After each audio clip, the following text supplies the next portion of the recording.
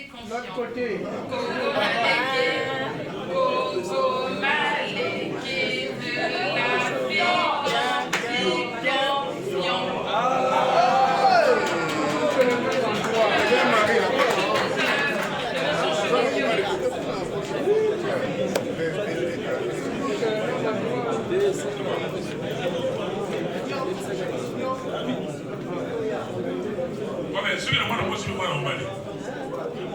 de l'Afrique, ok.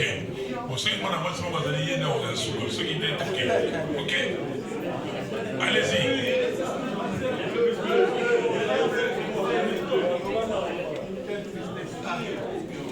Bon, je pense que tout le monde me voit. Merci, Président, je suis content de vous voir. Ça fait bien beaucoup d'émotions. Alors, moi, j'ai quelque chose de simple. J'ai plutôt deux choses. Un conseil et un constat. Première chose, quand on est un colonel, on ne sort jamais sans protection. Très important, la vie n'a pas de prix. Vous allez dans les manifestations, vous faites blesser, à sachant avec toutes les protections qui existent. Vous ne vous protégez pas personnellement avec des gilets, c'est inadmissible. Première chose. Deuxième chose. Alors, j'ai dit, première chose, vous sortez sans protection, c'est inadmissible, d'accord? Parce que vous avez l'espoir de tout un peuple. Donc, quand vous sortez, il est important que vous ayez avec Jacques Chirac, le président est fort. Donc, il y a des gilets simples qui existent, qui peuvent éviter ces problèmes-là. Il y a des casquettes, des protections, qui peuvent éviter des blessures sur la tête. D'accord? C'est très important. Un soldat qui tire quand il est vivant, il est mort, il est plus tiré. Ma question est la suivante, c'est de savoir pourquoi chaque fois que vous voulez avoir des élections, on doit toujours avoir des compromis à la congolaise. Comment voulez-vous bâtir un pays? Là, on a les élections l'année prochaine pour la France. On ne rentre pas en dialogue. Pourquoi systématiquement nous devons revenir sur les mêmes positions depuis Mobutu, qui n'en finit jamais, ni pièce d'identité peuple congolais? Vous ne savez pas comment nous sommes. Aller investir au Congo, c'est tout un problème pour nous autres. Je ne vais pas rentrer dans ces débats économiques parce que là, on s'en sort plus. Voilà, c'est deux questions. Pourquoi nous devons donc sortir avec protection? Première chose, pour vous-même. Deuxième chose, pourquoi systématiquement nous devons rentrer en dialogue? Les lois sont faites, ils existent.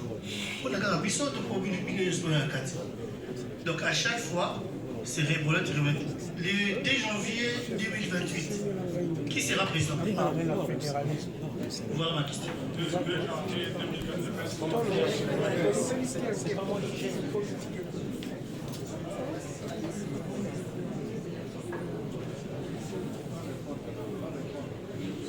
Voilà.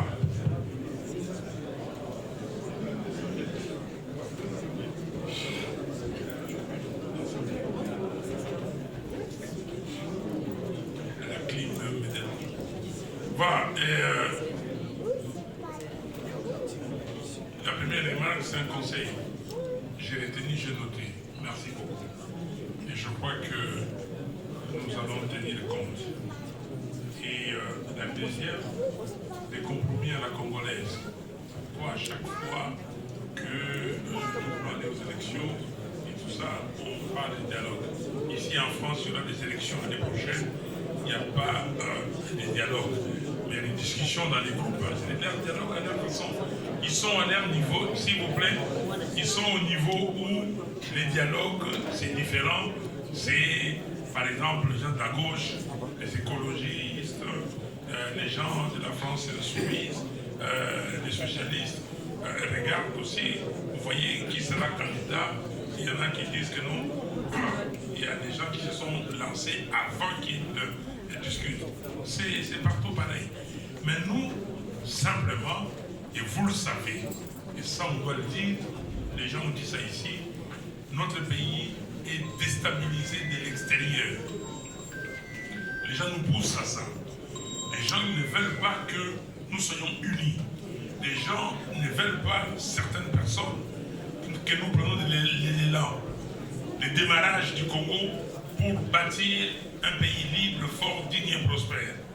Et nous nous laissons prendre dans ces jeux. On est piégé et on rentre dans le piège.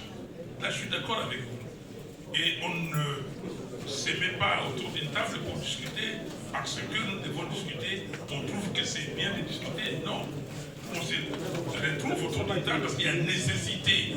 Aujourd'hui, Goma est entre les mains des Rwandais. Bukavu est entre les mains des Rwandais. Bunagana est consort. Bon, si on doit faire des élections sont nationales.